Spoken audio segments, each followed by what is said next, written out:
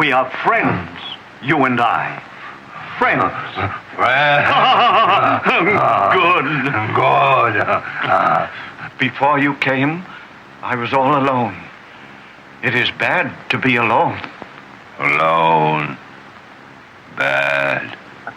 Friend. Good. Friend. Good.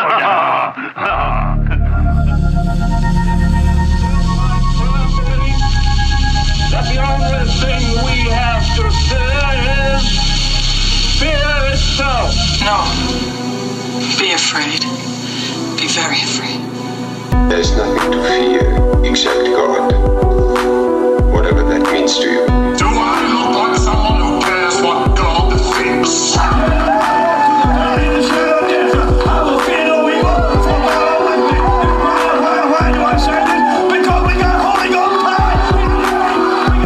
You're listening to The Fear of God, a podcast exploring the intersection between Christianity and the horror genre.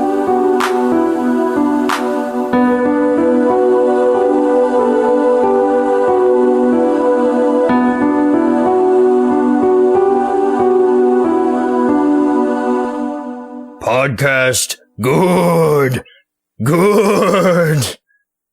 Episode 28, ladies and gentlemen, of The Fear of God. We are here bringing you a conversation every single week about the intersection of Christianity and the horror genre. And we're doing so rather in a silly manner, I have to say, with these Universal monsters. Speak for yourself.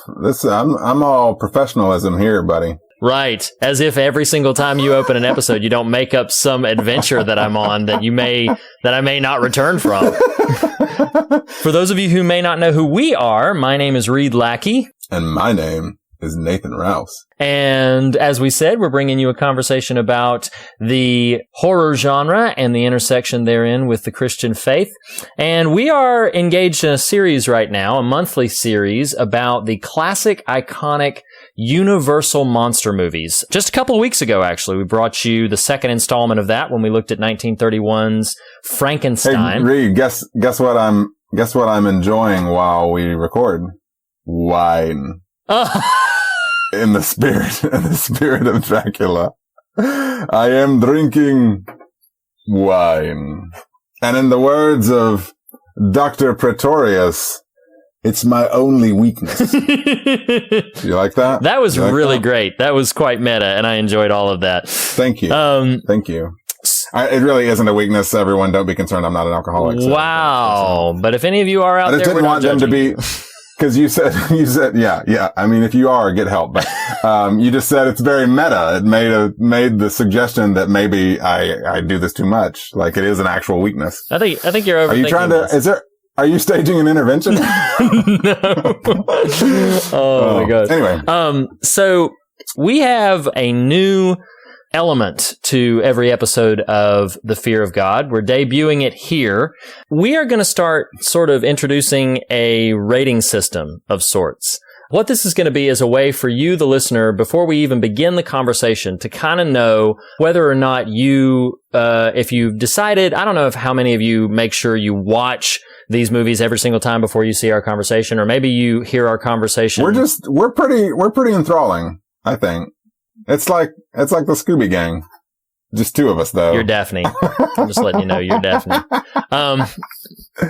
But so what we're going to do is we're going to just kind of categorize these films and rate them in our own sort of particular way. We're going to rate them in three basic categories.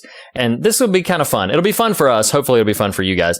So the film that we are talking about today is the sequel to 1931's masterpiece, Frankenstein, a film that is arguably even greater than its original counterpart. We are talking about 1935's, also James Whale directed, Bride of Frankenstein. So how we're going to rate these is we're going to rate them in three basic categories. We're going to rate them on their style, which is essentially just how well they're made, how accessible they are, whatever you want to take style to mean. We're going to rate them on that general sort of quality rating. Then we're going to rate them on their fear factor, their general scariness. And then we're also going to rate them on their thematic substance. So style, scariness, and substance. And I see what you did there. Oh yeah, it's the Triple S initiative. The lackey alliteration at work. Yep, a little lackey alliteration. So let's just go ahead and start with style. I'm gonna rate this Bride of Frankenstein on a scale of 1 to 5. I give it a 4.5 for general quality and style. So we're doing like points. Like we're doing like yeah, you can do half points. a point. You can do halves. What about, like, you can do quarters? 0.1 if you want to make me really mad. Wow. No, Yeah. that's a bit extreme. I would say I'm going to interpret style as like how well I enjoyed the movie. And so, for me, style, I'd give it a solid 4. I wasn't prepared for the 4. halves. So, gotcha. in my paradigm, the 4 is strong. All right. The 4 is strong with this one. Okay, well, perfect. So, on the scare factor, my rating is down pretty low because this film unfortunately suffers from the delusion of time, the dissolving of its fear factor. So I gave it a 2.5 out of 5 on the fear factor, the scariness. I'm gonna stick with scariness, kind of a 2. Yeah. Okay, 2. Okay, so but now on substance, as we're going to get into in the episode, I give this a solid 5. You sure? I do. You sure it's not a 5.5? You're going to surprise me? Well, that's above our rating scale. You jerk. Yeah, I would give this a 5. I'd give it a big, fat, high Frankenstein 5. So that means, Nathan, why don't you tell them what the official Fear of God ranking is for Bride of Frankenstein? Well, out of 10. Okay. Well, you have these ranking systems. Siskel and Ebert had the thumbs. Rotten Tomatoes has what do they have? They have tomatoes. I know. I was just kidding. That was a joke. Wow. I'm not that dense. Like, hey, what do Rotten Tomatoes have? I don't know. What's their scale? Bananas. So we were Reed and I were going back and forth, on what exactly we should use as our scale. Do you use like movie titles? Like, do you rank it with like Carry the Rage as the bottom of the barrel, but Carry the De Palma as the top of it? Then that's rather esoteric. That's rather inaccessible. So we stumbled on something that we both mutually love and find fun. To anyone unfamiliar, I'd encourage you to look around Halloween from 2016 at Saturday Night Live, and specifically the Tom Hanks character, David, don't forget the middle initial S, Pumpkins. So moving forward on the Fear of God, we are going to be ranking movies by their David S. Pumpkins metric. So The Bride of Frankenstein gets today, Reed, 7 David S. Pumpkins. To which we'd say, any questions? I'm David Pumpkins. Oh, it's beautiful. So yes, 7 David Listeners Pumpkins. who have never heard of David S. Pumpkins think we have lost our mind. The show has officially jumped over the pumpkin. If it took them that long to come to that conclusion, I'm just impressed with our ability to hide that. Sure. All right. So Bride of Frankenstein, 7 out of 10 David S. Pumpkins. You heard it here first, ladies and gentlemen. The rating system will be available on our Letterboxd page. We have a list on our official Fear of God Letterboxd page that we've linked to on Facebook. I'll link to it again after this episode, that you can go to and see the episodes that we've covered thus far. Because Letterboxd is a movie-only page, it won't have things like Witches or our 2016 episode, but it will be able to track the films that we cover, and each of those will have our rating systems, both Nathan's, mine, and our official Fear of God David S. Pumpkins rating. So all of those will be there. We obviously can't retroactive our older episodes, but you can look on the Letterboxd page to see exactly how we've ranked these previous films. But that having been said, I mean, Bride of Frankenstein, 7 out of 10, that's not bad. That's a solid recommendation. So, It's a solid movie. Yeah, it is a solid movie. Let's talk about this a little bit. So I want to give just a moment's history about Bride of Frankenstein, just a little bit of Universal monster trivia. The Universal Studios wanted to do a sequel to Frankenstein almost as soon as the original Frankenstein received some early test screenings, because it was already screening very high. It was a very popular film, and they knew they were going to want to capitalize on a sequel to it. And James Whale was actually the problem. The director of the original one said that he was pretty done with the story. He said he had just milked it for everything. He didn't have any more ideas to tell in that story, so he didn't want to do it. So a few years went by, and James Whale also directed a film that we'll cover later in the year, The Invisible Man, and that was again a big success for Universal. So Universal pushed again for him to do a sequel to Frankenstein. They started bouncing around ideas for a script, and they went through something like 9 or 10 drafts, completely different writers, completely different drafts. A couple of things got approved by the Hays Code, but nothing really landed with James Whale. Until a screenwriter finally had the idea to go back to the original novel of the source material, and it's a subplot in the novel that the creature imposes upon Dr. Frankenstein to actually make him a mate. And so when they finally glommed onto that idea, then the story began to take shape, and James Whale agreed finally to do the film. But he didn't think that the sequel was going to do any good. He thought that the idea had basically been done and that it was pretty dead. So here's what's ironic about it is that he went into making this film thinking that he was just going to make the most outrageous thing he could possibly make and just have a lot of fun with it, throwing all of his ideas on the screen and on the page. And he accidentally in the process made a bona fide masterpiece. I mean, this is considered by many to be not only a great Universal movie, but it is considered by many to be the best of all of the Universal monster movies. Most of the critical assessment ranks this at number one, even above many other original franchise entries, which I think is ironic. But you said you liked it. You said that you considered it a solid film. What's your general assessment, your general take on it? Likes, dislikes, etc. Sure. I think probably of Dracula, Frankenstein, and Bride of, this is probably my favorite of the three. In many ways, just because I really didn't know this, I didn't know the story I was about to watch. And that's always kind of a refreshing experience. And you can sit down and watch Frankenstein and sort of plot out, okay, this is where the story is going, even if haven't literally watched the movie. Whereas with this, there's some actual, kind of plot twists and actual surprises to the story. I really enjoyed the framing device of the creators talking beforehand. Yeah. Although it is funny, both of those, the actors, the men in that scene, specifically, I think it's the Byron one. At a certain point, I was like, okay, dude, we get it. You can roll your R's really well. We get it. Like, man, you are milking that for all it's worth. No kidding. So that was kind of funny. But regardless, great framing device. I think, in a way, this movie actually makes you a lot more empathetic towards the Frankenstein monster. Oh, absolutely. In a way that the first film, I feel like maybe they try to do, but just, I don't know, don't really land on it for me. But, you really feel a lot of the gravity of what it means to be this creature now, like out in the world. Like, how do you function? How do you live? Do you live? Right. What is it?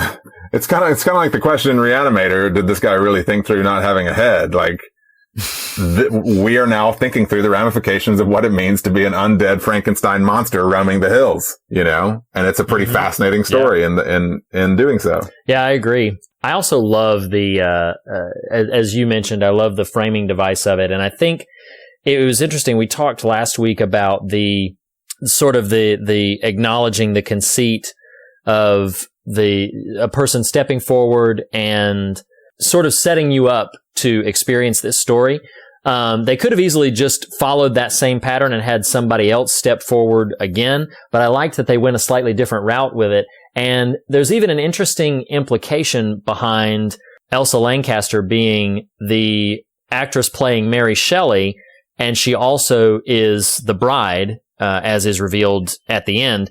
And I think James Whale, I read somewhere that he was making an intentional comment by that connection of casting, because the creator is inventing this story, and he's making a kind of a comment, some subtextual commentary on the dark side of the imagination, how, all of our monsters are sort of living within us, and that in a sense they are us, as it were. I love that line.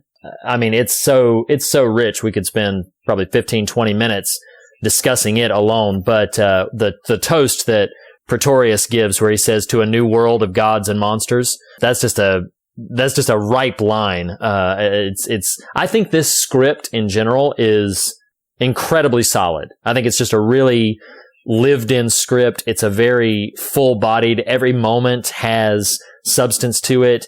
You could pause almost every single individual frame and have some sort of discussion about what you're seeing or what you're experiencing. I will say though, so her name is Una O'Connor. You will know her as what I call the Shrieking Lady.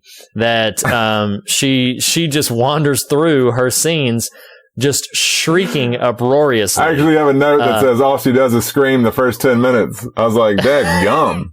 It's so true. She's so over the top. Well, and then she trips me out. You're probably going somewhere important with this, but then she trips me out. There's a scene where she's in the frame and she hears a scream and she just goes, Mrs. Newman! Like, really? You know how to identify everyone's scream in the immediate vicinity? Like, you just sort of know. Like, this is Mrs. Newman. Like, how do you... Anyway, it was really funny to me. Well, I don't know. I would identify her scream. I think she's got a pretty distinctive scream. That's all she does. That's all she does. But it's funny because she's so over the top. But then again, like, that, it felt like everybody's kind of playing to the back of the stage, like, or the back of the house. Everybody is playing, very broad in this particular film. I think all of the Universal monster films, we commented at Dracula. I think we might have even said something with the original Frankenstein, but they all have a very sort of stagey quality to them. Sure.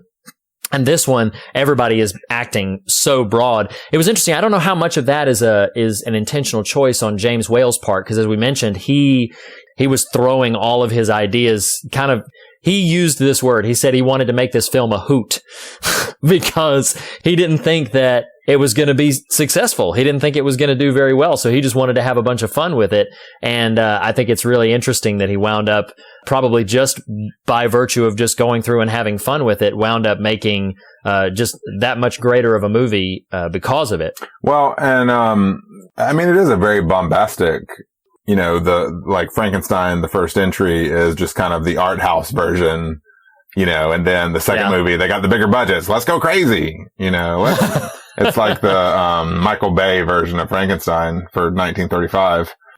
I love in this movie how Dr. Frankenstein, at the end of Frankenstein, the first one, is just thrown from the top of a windmill. And then in the second movie, he's like walking around 20 minutes later. He's like, I'm good, y'all. Yeah. I'm good.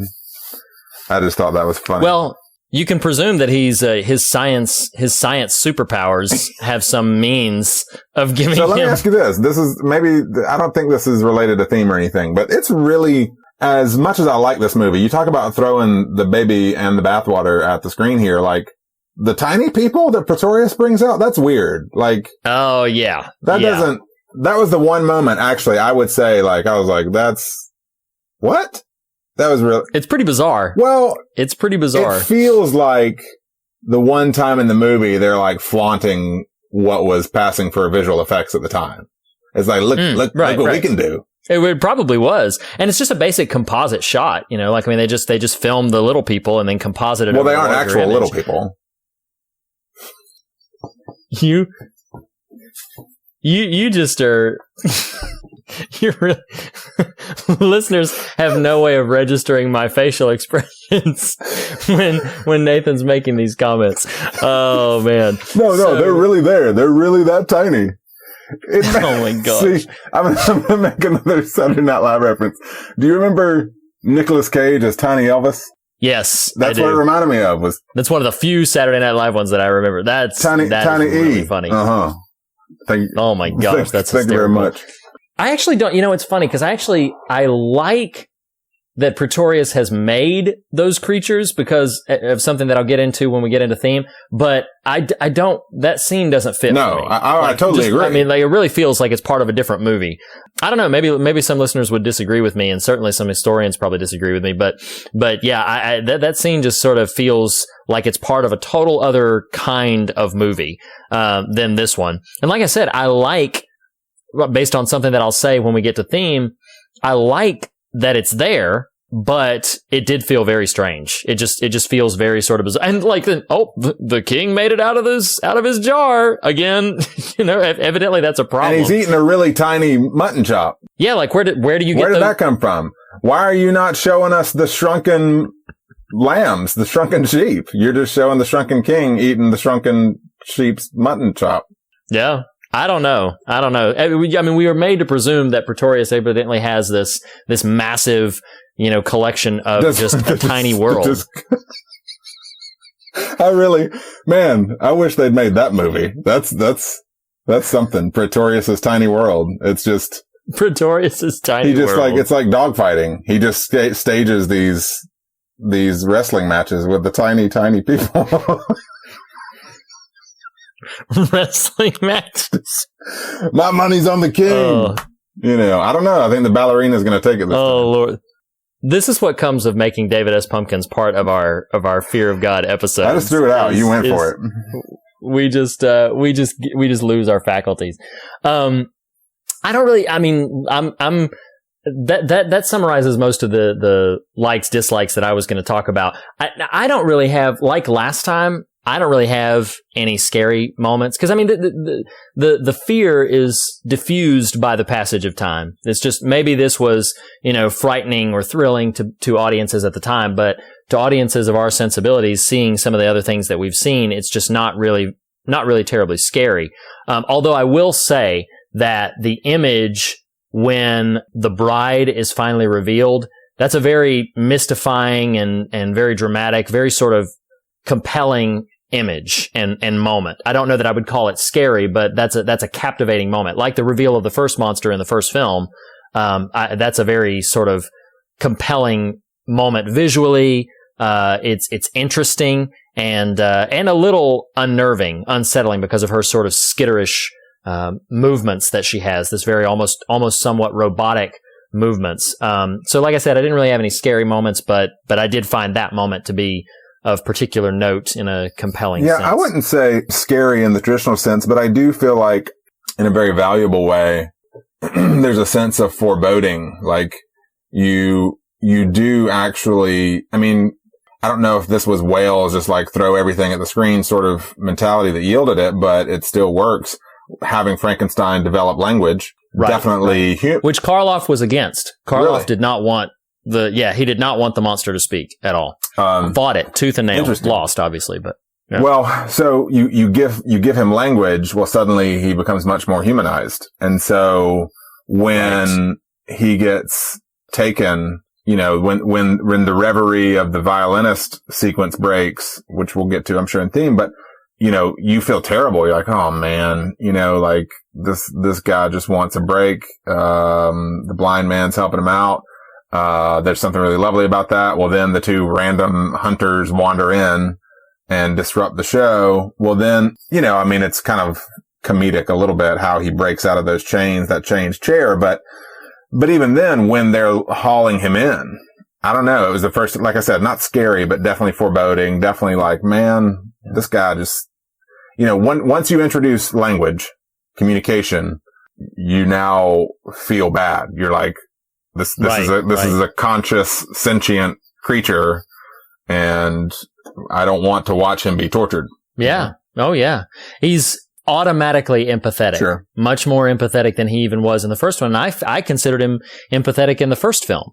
But he's somebody that you really, you're right, you don't want to see him suffer to this degree.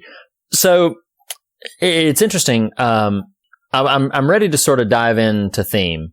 And I have one that I'm almost reluctant to give because it's a bit out there, but I think I can make a case for it. We've all come to expect no less, Riri.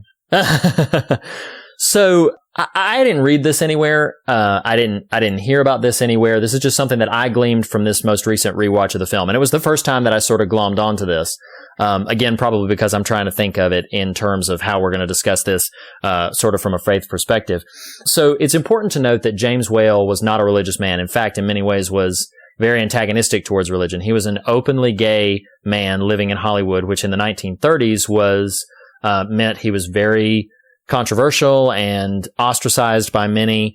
So he was somebody who any religious elements in this film, and that's one thing that I'll say, the image of Jesus is multiple times seen in this film. In the Frankenstein monster himself is kind of in a partial cruciform pose after that scene that you were talking about when they cart him away. So it's almost like the images of Christ haunt this movie.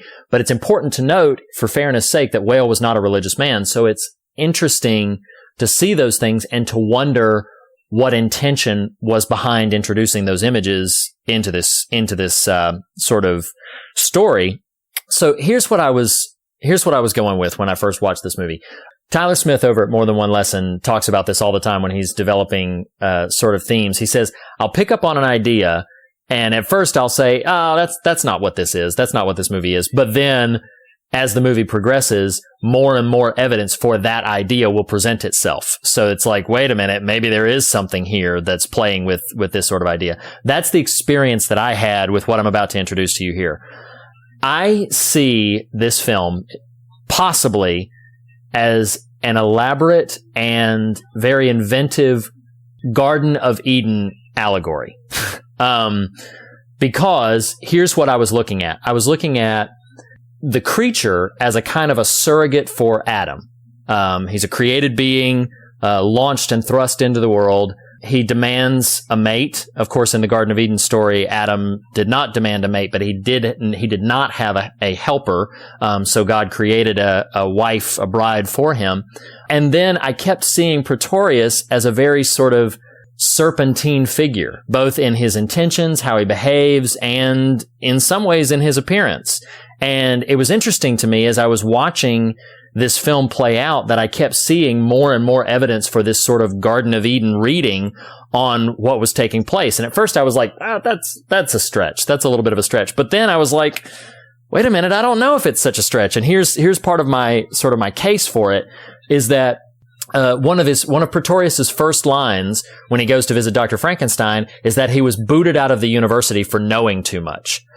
So that's what he says, is that he was ousted from the university for knowing too much. And it immediately made me think of like Satan's fall from heaven, sure. You know?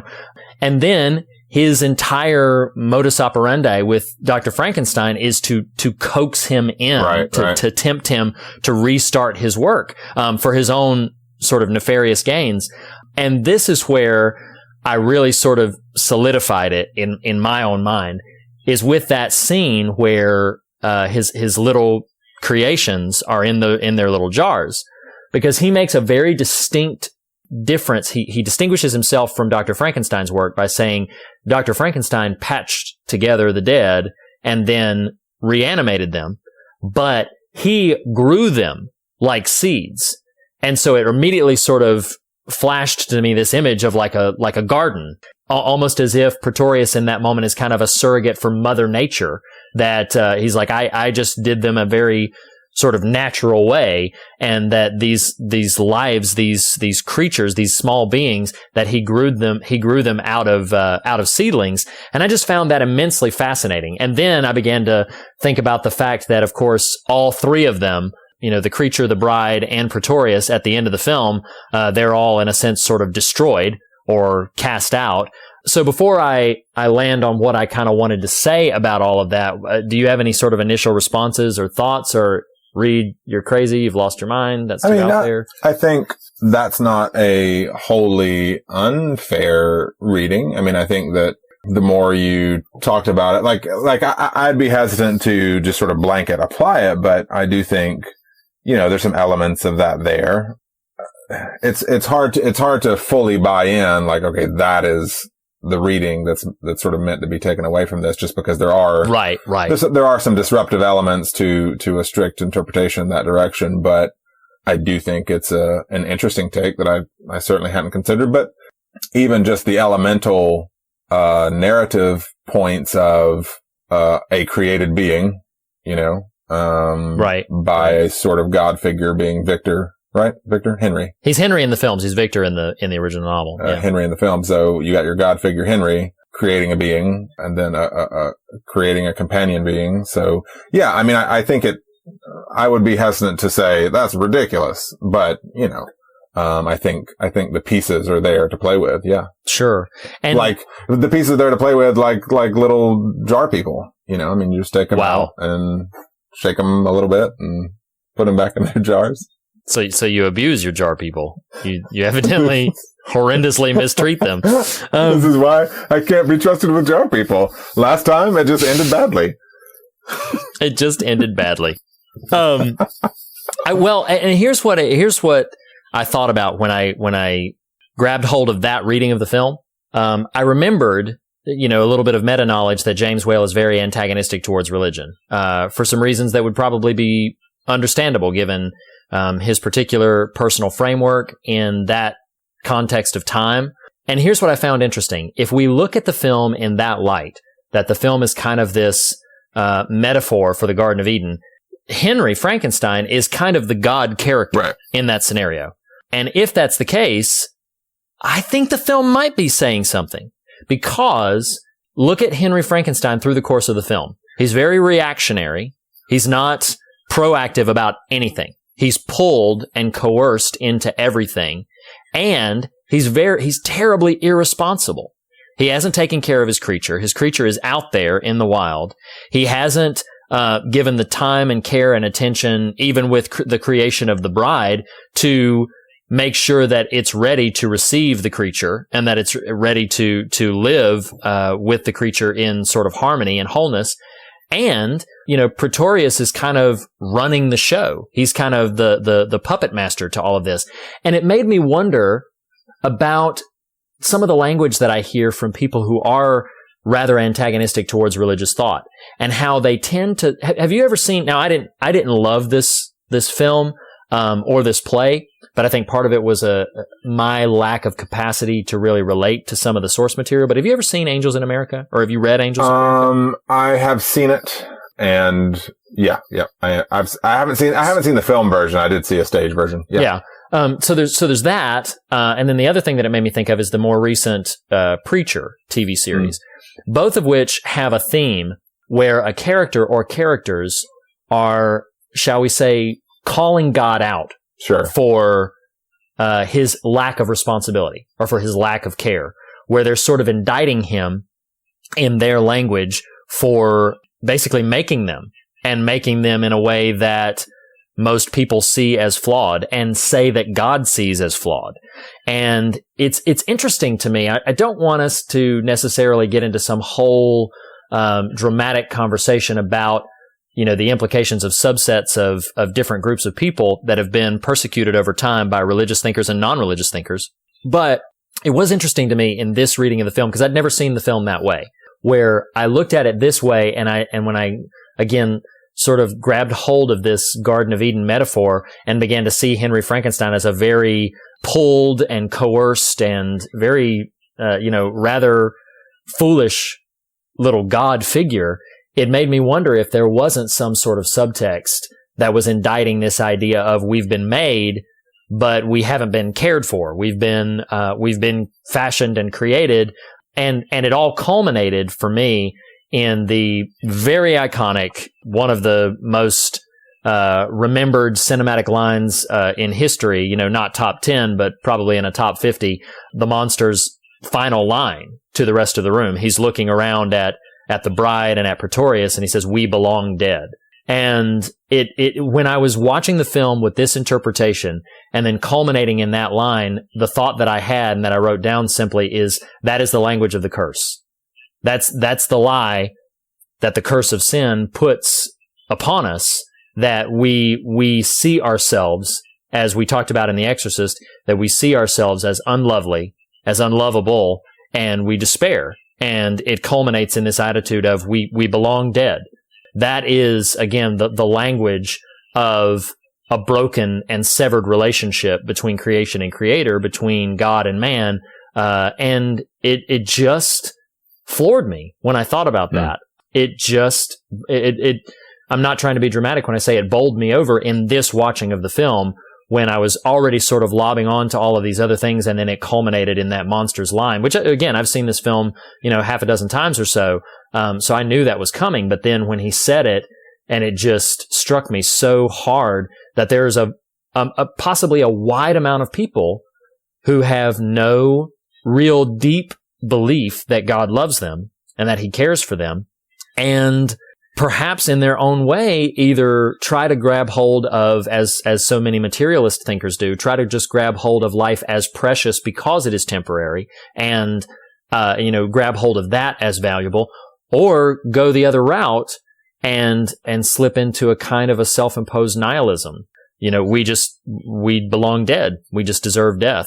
I know that was a dramatic shift into some really heavy subjects, but it's something that I really took away from this watching of the film, that now I don't know how well I'll be able to see the film in a light other than this, you know, sort of moving forward now that I've sort of landed here, if that makes sense. That's a lot.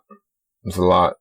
I mean, I think there's, you know, the more you talked, the more, you know, kind of where you're going. Like the Garden of Eden felt like a very strict interpretation, so I was having a hard time fitting all the square pegs and all the round holes. But, you know, if you view it just more as a totemic God, Satan, Adam, Eve type figures and loosen the restraints a little bit, I can see that interpretation working, as if we're going to go there, as an indictment on a creative person's part of sort of organized religion. But, you know, I think it's possible that that's an interpretation on the part of Whale.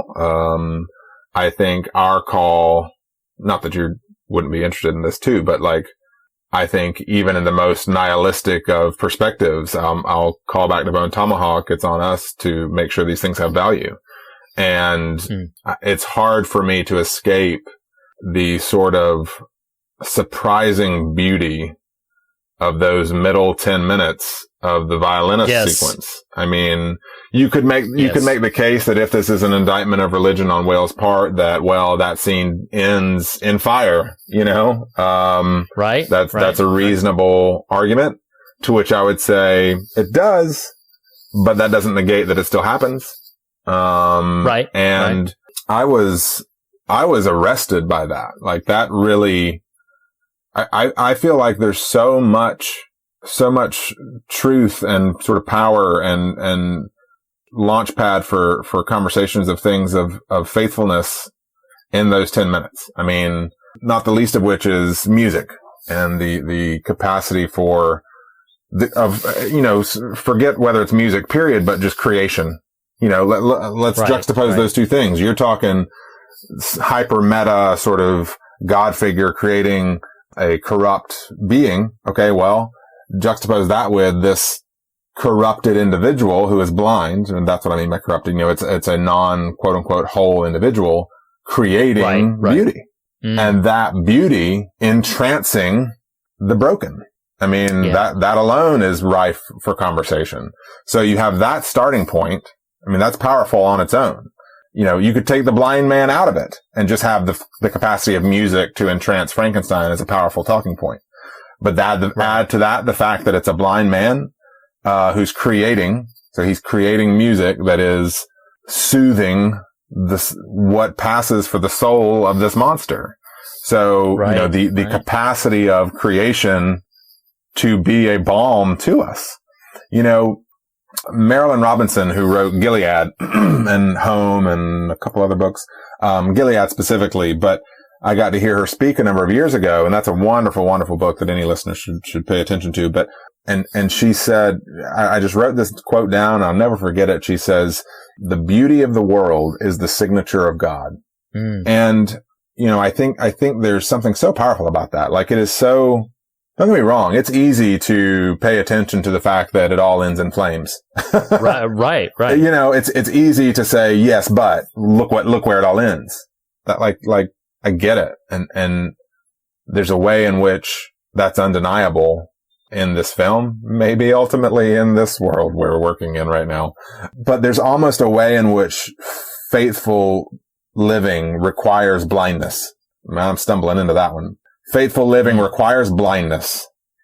Faithful living requires blindness to the corruption and deformity and brokenness of those around us. Right.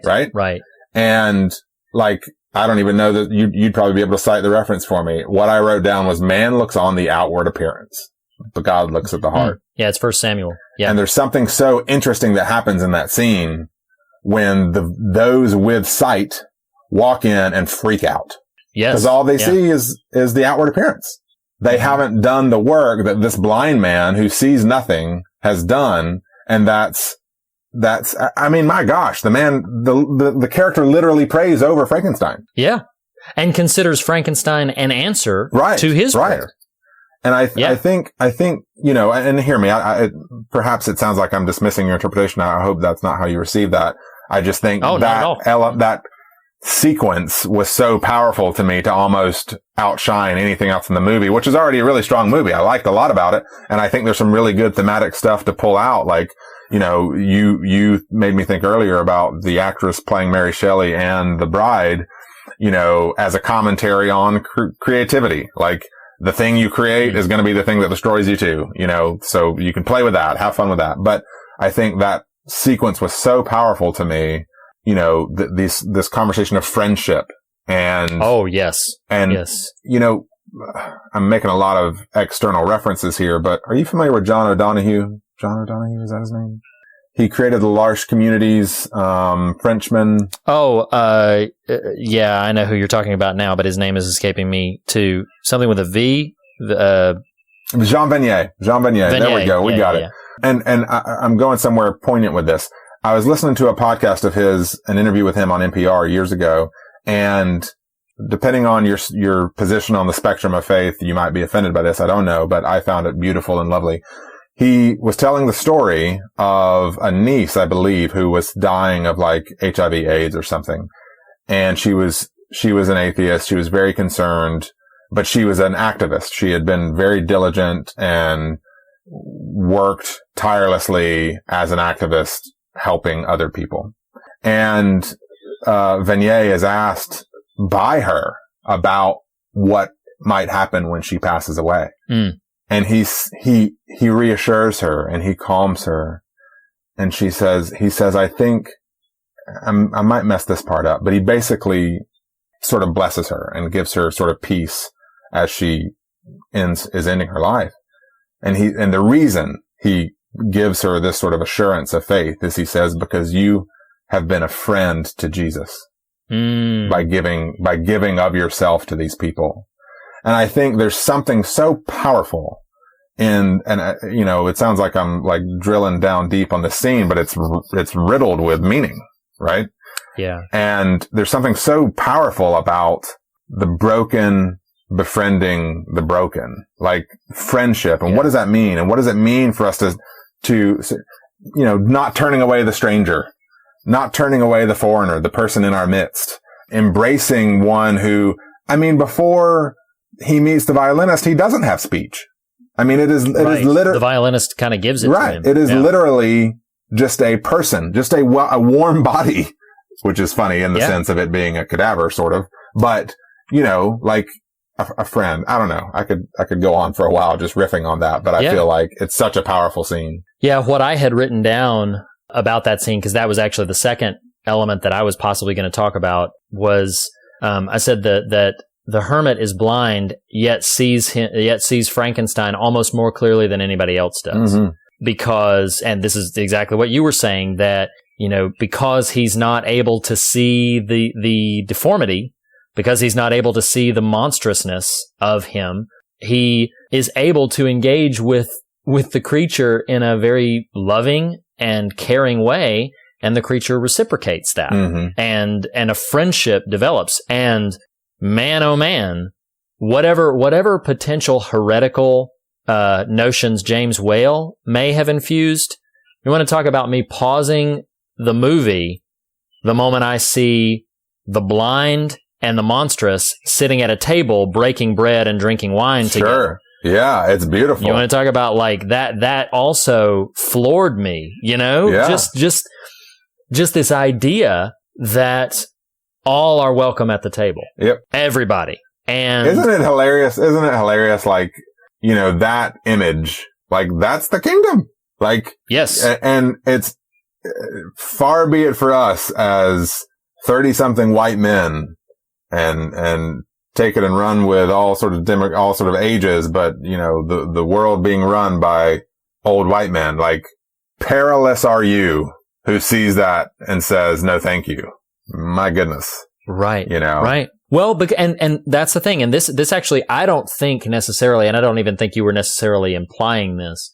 I don't think that the Garden of Eden interpretation is that asynchronous to that moment in there, because what does he say? What does the creature say? Alone, bad. Yeah. Friend, good. Sure. You know, and what is said when the Eve is created for Adam? It's not good for man to be alone. Right. Oh, yeah. Well, I think the violinist quote that.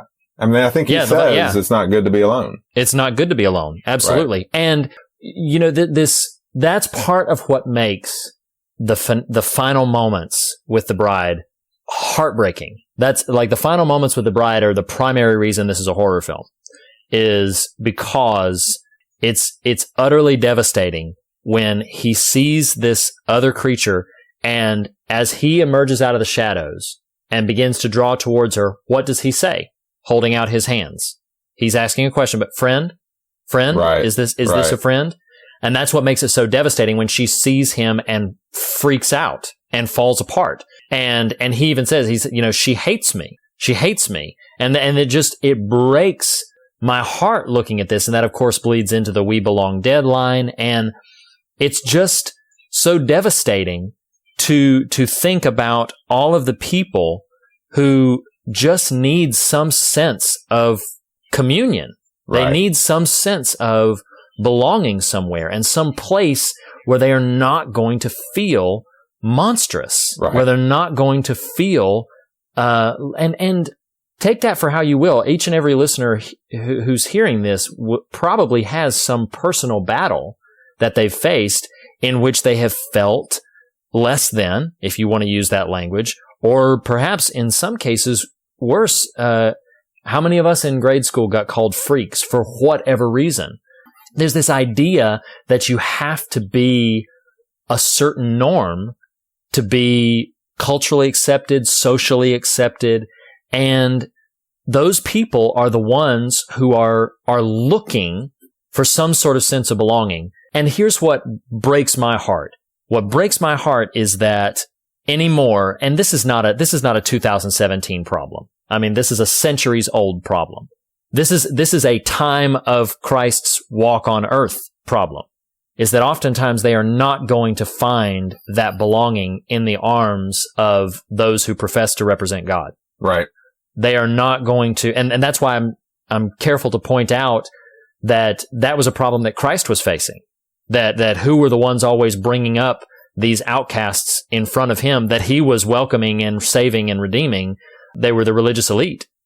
And I think that is a trap, a snare that any religious thinker could potentially fall into, to think that, like, well, now I have the ear of God, I have the knowledge of the scriptures, I have this at hand, so instead of being an intercessor for the broken and the lost and the wounded and the monstrous, I'm not calling these other people monstrous. You know that this is hopefully listeners will know that this is the context of Frankenstein. Yeah. That instead of being an advocate and an intercessor for those people to help bring them back into relationship with God, we exacerbate the loneliness and the isolation. And I put something on Twitter and Facebook not that long ago. Not that long ago as of this recording. It's probably been a while now. But I said, and I won't apologize for this statement. I get teased sometimes for apologizing a lot for what I say. I won't apologize for this one. I deeply believe that someday the great shepherd is going to return, and that in his arms he's going to be carrying every single one that the 99 have been convincing themselves that he doesn't care about. Right. We are not interested at large in the same things that our Lord is interested in. And that is in seeking and saving that which has been lost. And he's interested in the blind and the violinist. He's interested in the creature, the Frankenstein creation. He's interested in that. And he's interested in redeeming them. And he's interested in anybody who would feel, you know what, I'm out here. I am unloved by God. God hates me because his people keep telling me that at every turn. Let there be at least two voices in whatever capacity is that said that God is love. Now, I'm not diluting the scriptures that call out sin and the toxicity of sin in our lives. That's a very frightening reality. But the ultimate reality is that God is love. For God so loved the world that what was his response to sin was to send his son to redeem it back to him. That is the ultimate expression of God's feeling about each and every person out there who's wrestling with whether or not he cares for them, or whether or not they have a place that they belong, or whether or not they have room at the table. Right. And that's something that becomes vitally important to me. As a possible way to sort of wind down, I'll introduce the scripture that I wanted to say in here. We've said it few times in this episode, and it's a motif of the film, that the monster uses the word friend. Alone bad, friend good. And this verse stuck out to me from one of Job's laments in Job chapter 16, verses 19 through 21. It's one of his more hopeful assertions. But again, thinking about this film in this context, in this conversation, it almost floored me. He says, "Even now, my witness is in heaven. My advocate is on high. My intercessor is my friend. As my eyes pour out tears to God, on behalf of a man, he pleads with God as one pleads for a friend." And all I would say as a moment of commentary to that is, if there are those of you who feel like God does not love you, if there are those of you who feel monstrously cast out, I would tell you that you have, at this moment, an advocate and an intercessor pleading with the heart of the Father on your behalf. And we call that person Jesus. That he is as a friend to you. He was called, even in his earthly walk, he was called a friend of sinners. And I think that we've lost sight of the significance of that Christ-likeness. And I think that we too frequently get caught up in things that, by my assessment and understanding, he does not care about nearly as much as he cares about seeking and saving that which has been lost. Sure. End of sermon from Reed Lapp. And I think that, like, you made a point about not wanting to play down sin, and in some ways I would say, if we were in speech class, I'd say stop apologizing for your statement you're trying to make, because you're undercutting yourself. Right. Because I think a sort of mantra I've had in front of me for a couple of years now is that I think, though we should never not, quote unquote, take sin seriously, as some might accuse some others of, I think it is a problem when we take the sin of others more seriously than the goodness of Jesus. Like, what keeps us fractured as individuals and as communities should never be more serious. Ever, ever. Lord, strike me down if I'm wrong, because I believe it should never, ever be more paramount than focusing to a fault on the goodness of Jesus, who welcomes all, who says the monster and the blind will, eat at the table together. The lion and the lamb will lay down together. Like, that's it. If you want a doctrine of sin, you can have it. If you want a kingdom that transcends and is forever, I'll take that. Well, the quote is, and it's not verbatim, but he said that the adulterers and the whores are going to enter the kingdom of heaven before the religious elite. That quote, by the way, was Jesus. That's not an interpretive understanding. Jesus himself said they will enter the kingdom of heaven before you do. And largely because there's a recognition, he just had a habit. He just had an intense habit of really going after the people who needed him. He said, I haven't come to call the righteous to repentance. I've come to call the sinners. Right. He just had an intense habit of going after the people. And that was the thing, is that he would pursue, what would he pursue with them? Would he pursue a system? Would he pursue a religious framework? No. No. He would pursue a relationship. Friendship. He would pursue sitting with them, coming and dining with them. And lest we be unclear, this was not just for the dregs and the lowly. He also, and I almost used this as the scripture for this film, that he also ate at the house of Zacchaeus. Zacchaeus was a tax collector. He was not at all part of that subset of sort of the liars and the adulterers and the prostitutes and the sort of other set that Jesus was hanging out with. He was on the complete other opposite side of the spectrum. He was the 1%. Like he was the upper echelon of the wealthy and the greedy, and the fact is, if you're lost, whether you're lost on this side or that side, Jesus is deeply concerned with getting you back in relationship with the Father. That's right. Jesus' utmost concern. Wherever you are lost, in whatever side of the spectrum you're lost in, he's deeply concerned about you getting back into right relationship with the Father. And I think we cannot, as faithful followers, we cannot lose sight of that being the utmost mission. And to your point earlier, I think it comes down to, what do you believe is stronger? The power of sin in your life or the capacity for grace? Right. What do you believe is stronger? I believe, and I think you would agree with me, I have always expressed that I believe grace is more powerful than sin. And of course, like Paul said, does that mean that we sin all the more so that grace can abound the more? That's not at all what we're saying. But don't forget that where sin abounded, grace abounded all the more. And I do believe that grace is more powerful than the hold that sin has on our lives. And I think that's where I make a conscious choice to sit, and I think you do as well. Well, it's like Jesus said, if you're lost, you can look, and you will find me. Man, you bring that up time after time after time after time. Yay! Hey, as a possible and probably should be final note, there's a way in which you could interpret the final line of this movie as nihilistic, and there's a way in which we, as people of faith who believe goodness will and always can overcome the worst. Frankenstein, the broken monster, says we belong dead. And I think there's a way in which you could say, maybe you do, but you don't have to be. And I think that's sort of the power of the goodness of Jesus that says, you might belong a certain way. You might have been destined for the grave. You might have been the adulterer who did all these terrible things. You might be the murderer on death row. You might be those things. You might belong dead, but you don't have to be. Come on, get in the boat. That's right. On that note. Well, I think that's a great note to sort of button everything up on. And this has been an extreme of an episode, an extremely silly at top and extremely heavy at the back end, but we hope that you've enjoyed it. And as we say on every episode, the fear of God is the beginning of wisdom, but not the end of the conversation.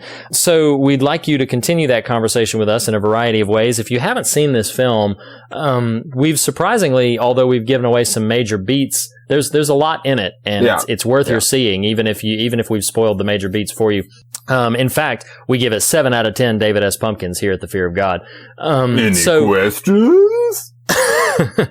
So to continue that conversation with us, you can do so in a variety of ways. As we always say, you can reach out to us on Twitter. Nathan, what is our Twitter handle, as always?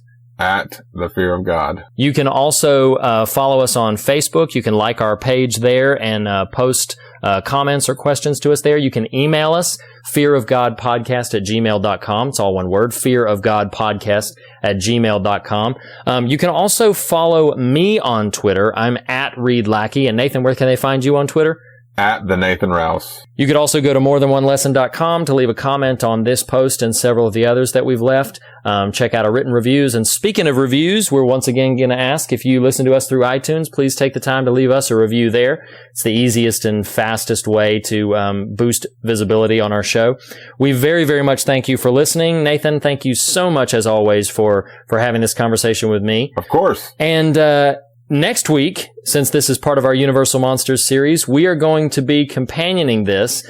Probably everybody's heard of Bride of Frankenstein, even if they've seen it. So I, in my infinite wisdom, decided to pair it with a film that probably nobody has ever heard of, and likely even fewer have seen. But we're going to be examining, as a companion to The Bride of Frankenstein, a film from 2002, the directorial debut from horror director Lucky McKee. It is the 2002 film starring Angela Bettis called May. So if you've never seen that film, it's interesting. It's different. It's a little weird, but I wonder what month it came out that year. Probably October. So as a companion to Bride of Frankenstein, look up 2002's film May, and we will see you or a discussion about that film next week. Thanks again, Nathan. Later.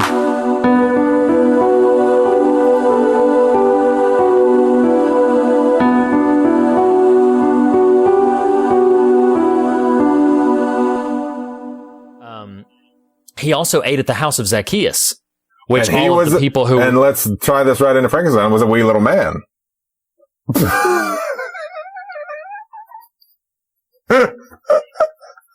And ladies and gentlemen, that's how you derail a deeply religious conversation. No, it's how you just embellish it and make it fun.